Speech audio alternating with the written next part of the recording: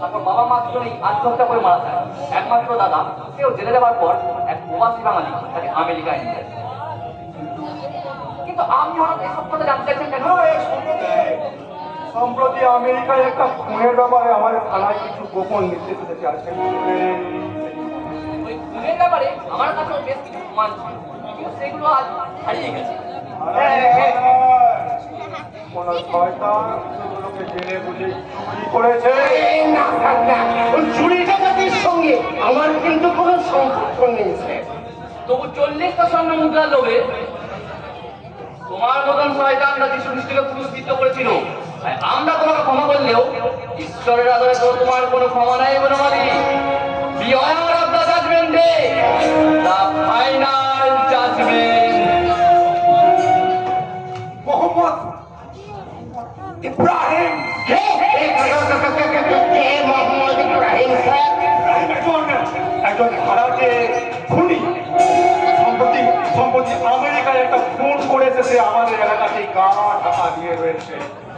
তাকে শান্তিতে থাকতে দিন স্যার, তাকে শান্তিতে থাকতে দিন।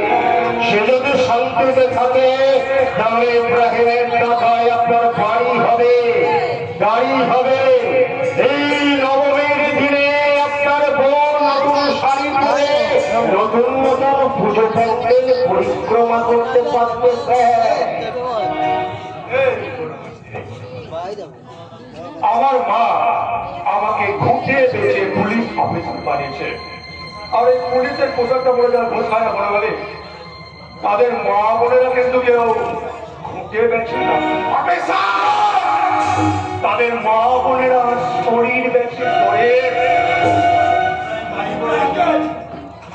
খাওয়ানোর জন্য আমি বিমানবারে ইব্রাহিমকে ধরা এত সহজ কথা নয় স্যার। তার এক মুখে 10টা মুখোশ, আর সেই 10টা মুখোশ দাঁত বার করে রাবণের মতো হচ্ছে।